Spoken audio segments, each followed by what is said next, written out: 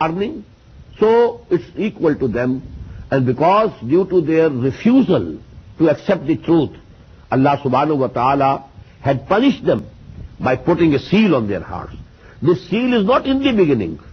This seal is put only when somebody refrains from accepting the truth, recognizing the truth that this is true. His heart tells him this is true, accept it, and he doesn't accept. Why? Because of proudness, or because of certain such reasons, haughtiness. Then Allah subhanahu wa ta'ala as a punishment puts his seal on his heart. Now he cannot see because there is a curtain before their eyes. They cannot hear because their hearing is also sealed. And now their hearts are closed for any guidance. وَمِنَ النَّاسِ, now the third degree, third type of people. وَمِنَ النَّاسِ مَنْ يَقُولُ آمَنَّا بِاللَّهِ وَبِالْيَوْمِ الْآخِرِ وَمَا هُمْ بِمُؤْمِنِينَ. And there are from among people who say with their tongues, with their mouths, آمَنَّا بِاللَّهِ, we believe in Allah, وَبِالْيَوْمِ الْآخِرِ, and the last day, the day of judgment, وَمَا هُمْ بِمُؤْمِنِينَ, and they are not mu'min, they are not real believers. They profess to believe, they claim to believe, they say with loud words, we believe in Allah, we believe in the hereafter, in the day of judgment, but they are not believers. Now who are they? First of all, please note, they are actually two categories who are being referred here without giving them any name. Allah subhanahu wa ta'ala has not given them any title. But as far as we can understand, there are two types of people who are being discussed here. Generally people think that they are only munafiqeen, the hypocrites. But actually hypocrites as well as the Jews of Medina, both are included in this category. And actually hypocrites were also people under the influence of the Jews of Medina. They were under their influence. And they were the shayateen, people which we shall very presently read in these ayat also, the word. وَإِذَا خَلَوْا إِلَىٰ شَيَاطِينِهِمْ قَالُوا إِنَّا مَعَكُمْ إِنَّمَا نَحْنُ مُسْتَهْزِئُونَ. So actually this description, as you say in English, free to whom it fits. This is a narration, and it fits two groups of people of that time. Number one, the Jews. Number two, the munafiqun, the hypocrites, who said they were Muslims, but they were not Muslims, they were not Mu'mins. Why Jews? Because here you find, يَقُولُ آمَنَّا بِاللَّهِ وَبِالْيَوْمِ الْآخِرِ, not bil Rasul. Here the wordings are only that they say we believe in Allah and believe in hereafter, but not in the Rasul. We don't believe in the messenger. At least this is not their saying. And that was the position of the Jews, because we believe in Allah. And you also believe in Allah, we also believe in Allah. You also believe in unity of Allah, we also believe in unity of Allah. You also believe in the resurrection, we also believe in the resurrection. You also believe in the hereafter, in the heaven and hell, we also believe in the hereafter, and the hell and the heaven. So we are also Mu'mins. You must accept us as believers. That was their claim, and it's very noteworthy that out of the three basic imaniyat, three basic themes of iman, only two have been mentioned. وَمِنَ النَّاسِ مَنْ يَقُولُ آمَنَّا بِاللَّهِ وَبِالْيَوْمِ الْآخِرِ وَمَا هُمْ بِمُؤْمِنِينَ. They are not mu'mins. And in the same way, when we shall read the description, this fits, the munafiqun of Medina also. Because they also actually, they doubted about the messengership of Muhammad sallallahu alayhi wa sallam. We find in the Quran at different places that they said, for example, why these wars have been started, battles have been started.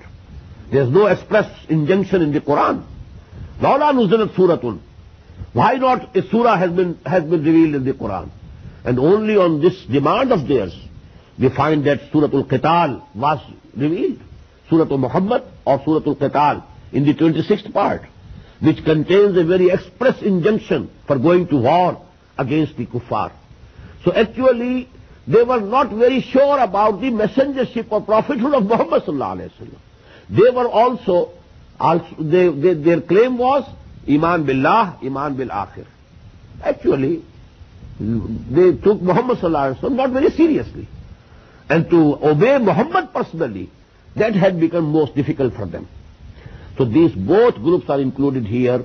If you keep in view the ta'wilul khas, the groups who are in the background of these ayat. But when we shall infer generally, this will fit every munafiq for all times to come.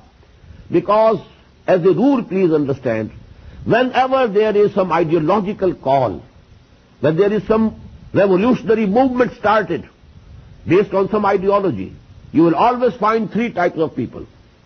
There are people who accept the ideology at its face value, and then they are ready to die for it, live for it, to do whatever it demands. Then there are people who are opposed to that ideology. They oppose it clearly, openly, tooth and nail. And then there is the third group always, who want to support the ideology, but keep safe themselves. They want to play safe. They don't want to sacrifice their belongings or their lives.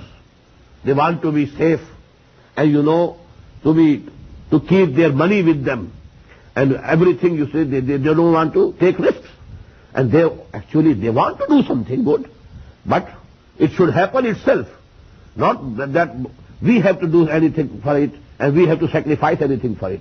So these are the munafiqun, the third type of people, who will always be found with every ideological movement, every revolutionary movement. People who believe it, take it at its face value, they plunge into deep waters, risking everything.